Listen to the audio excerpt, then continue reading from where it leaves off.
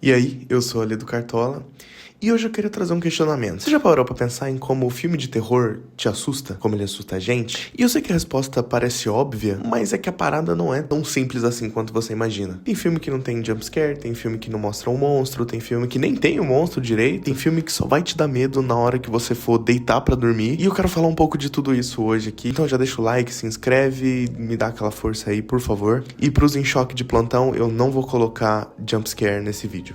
Ou será que não? E o jumpscare é um bom começo pra gente falar disso. Jump, pulo, scare, susto. Basicamente é aquele susto que já faz você pular da cadeira, que já dá aquela trancada.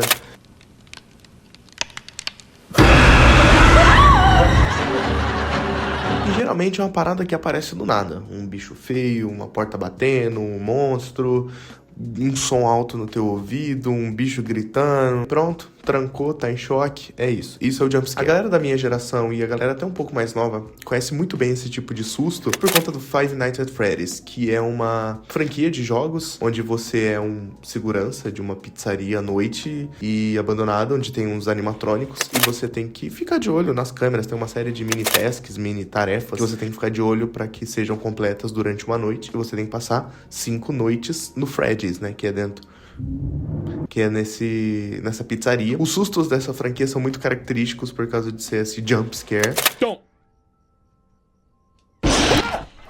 I'm fine, my headphones are gone!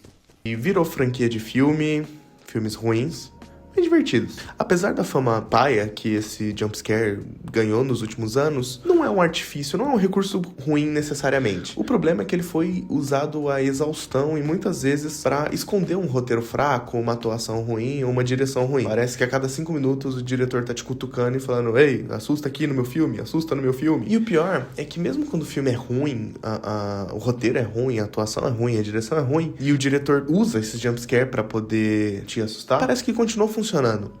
E continuou funcionando porque o jumpscare, ele não conversa com a parte racional do nosso cérebro. Racionalmente, a gente sabe que o filme não é de verdade. Só que a parte do nosso cérebro que dialoga com o jumpscare é a parte mais cérebro de macaco.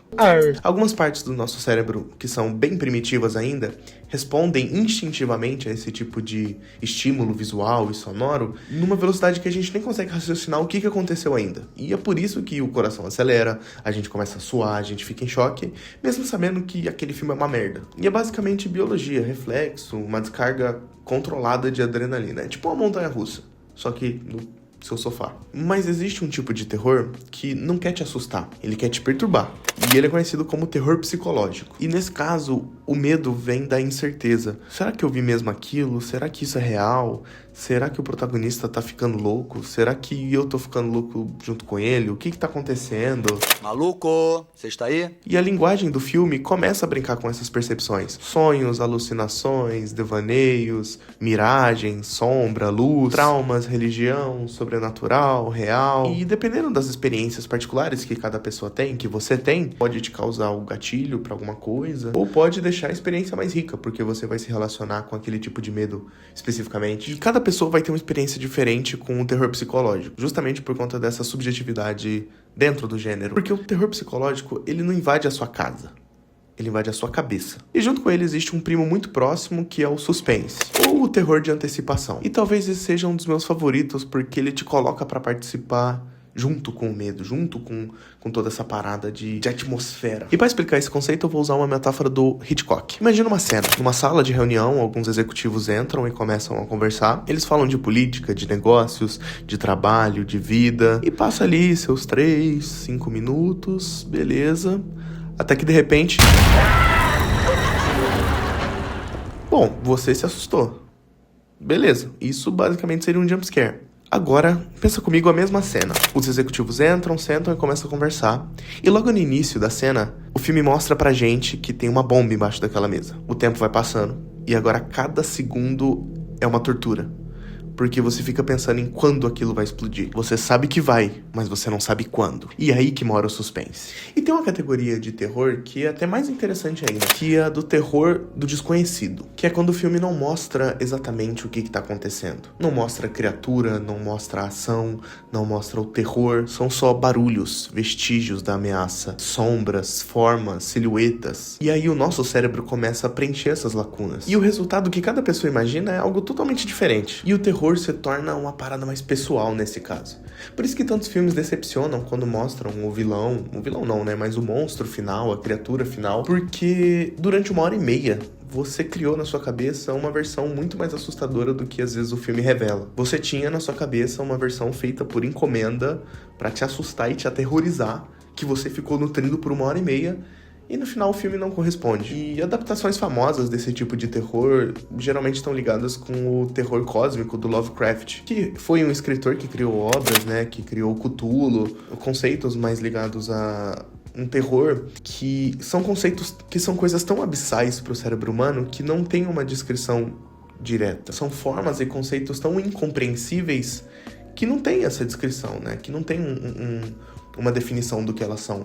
De novo, deixando muito espaço pra gente poder imaginar e colocar os nossos próprios medos espelhados ali naquela criatura abstrata. E o horror nasce justamente da gente não conseguir compreender o que a gente tá olhando, no caso imaginando, né, mas o que às vezes o protagonista tá vendo, sofrendo, pensando, sentindo. Outro subgênero muito famoso do terror é o body horror, que é o terror corporal. O terror corporal vem da deformação, da transformação, da mutilação do corpo humano. É o terror da carne, o terror do corpo mesmo. Quando alguém perde o controle sobre o próprio corpo, é nojento, é violento, é estranho e é por isso que faz sentido.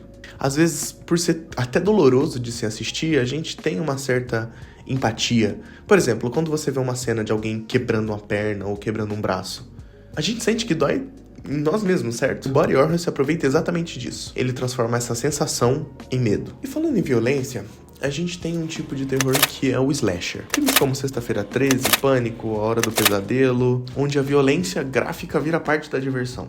E tem um conceito para isso quando temos uma violência gráfica num filme que dialoga com o body horror e com esse slasher, que se chama gore. Sangue, facadas, mortes, machucados, fraturas. E às vezes a gente tem filmes que mostram isso e que tem essa estrutura narrativa, só que com um orçamento tão baixo, mas tão baixo, que o pouco dinheiro que eles têm pra fazer um filme vira uma estética.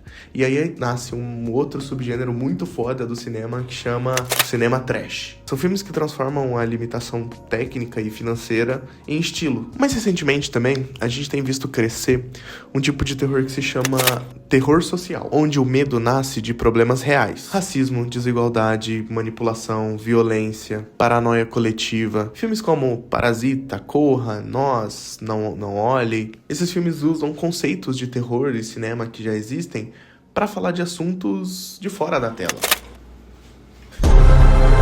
A gente precisa falar de Obsessão. Quando eu gravei esse vídeo eu ainda não tinha visto Obsessão. E agora eu vi. E eu queria comentar um aspecto do filme e do roteiro que eu não vi muita gente falando sobre. Primeiramente, que já tem todos os artifícios que a gente comentou de terror. Tem terror psicológico, com uma obsessão doentia por alguém. O terror social, no comentário que ele faz entre homens e mulheres. No caso, o Bear é um egoísta, babaca e carente. E a vilã basicamente é a vítima. O terror do desconhecido, com takes desfocados e nas sombras, para que a gente imagine o que tá pegando. E o gore é o resultado de tudo isso. Mais outros inúmeros artifícios e estilos de terror que o cara usa, mas que, enfim, não é o ponto. O elenco tá impecável, principalmente a atriz que faz a Nick, ela realmente me deixou em choque. Mas dentro de tudo isso tem uma parada que me chamou a atenção, e é o que eu não vi ninguém falando muito sobre. Vocês lembram daquela cena do rolê que a Nick fala sobre o livro que ela tá escrevendo, e que na verdade é uma versão doentia, bizarra e absurda de João e Maria? Isso serve como metáfora de como ela estava enxergando o Bear e o que estava acontecendo. Ela via ele como irmão e abominava qualquer tipo de relação romântica entre os dois. E isso sim, muita gente ouvi comentando. Mas tem uma cena que é o comentário do diretor sobre o próprio filme. Lembra no carro quando ele tá levando ela pra casa? Antes do feitiço do pauzinho lá, tudo antes do começo. O Bear sugere que a história que ela tá escrevendo é um romance, porque ela fala que tem amor. E ela fala, não é um romance. Aí ele, mas tem amor. Aí ela, mas não é um romance. E essa fala funciona em camadas dentro do filme. A primeira, provavelmente se referindo à própria história de João e Maria, que é uma história de amor fraternal, ou amor entre irmãos, a versão normal, não a bizarra, mas também fala sobre o que o próprio filme Obsessão é, um filme de amor. Talvez sobre o suposto amor do Bear pela Nick, talvez o amor da Sarah pelo Bear, talvez o amor do Ian pela Nick, ou da Nick pelo Ian, ou talvez a versão bizarra do amor da Nick bizarra pelo Bear. Enfim, esse filme é uma história de amor, só que definitivamente não é um romance. E eu achei interessante a gente conversar, a gente falar sobre todas essas categorias, essas formas de terror, de assustar, de sentir medo, porque de certa forma eu trabalhei um pouquinho com elas nos curtas que eu fiz de terror, mas especificamente 2, onde eu pude, enfim, trabalhar com bastante desses conceitos, e foi muito louco. Em 2020, um parceiro meu chegou e me pediu para escrever um roteiro de um curta que ele queria dirigir, e, enfim, saiu o Cursed Wreck, que é um found footage onde 2 Zé Ruela vão até o fim de mundo pra ver se uma lenda urbana que existe na cidade deles é real. Os 2 Zé Ruela que gravam essa história dentro do filme é eu e meu amigo que gravamos essa história na vida real. Eles começam a investigar se os eventos estranhos e assustadores daquela cidade são reais e as coisas começam a se confundir um pouco, porque por a gente estar num found footage, né, gravado pelos próprios protagonistas, sempre dá a sensação de que tem alguma coisa fora do enquadramento que tá te observando.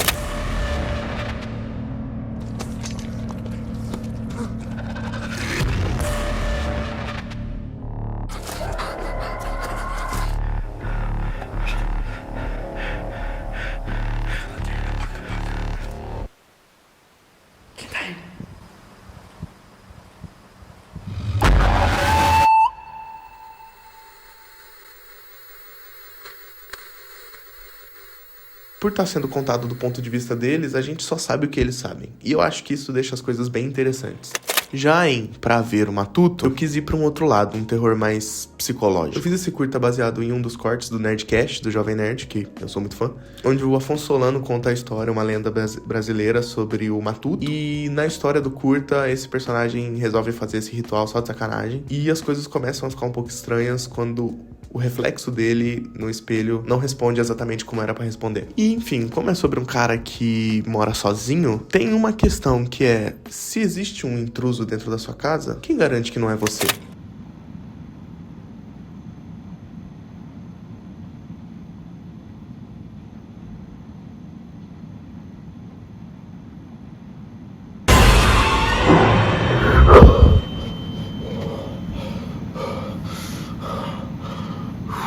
No fim das contas, o terror funciona porque dialoga com coisas muito antigas dentro da gente. Curiosidade, empatia, paranoia, dúvida, medo desconhecido, medo da dor, medo da morte. E no fim, é medo de nós mesmos. E é por isso que, às vezes, o mesmo filme pode assustar 2 pessoas completamente diferentes, de jeitos completamente diferentes. Porque o monstro mais eficaz não é aquele que você tá vendo na tela. É o que o filme consegue fazer crescer dentro da sua cabeça. Esse sim.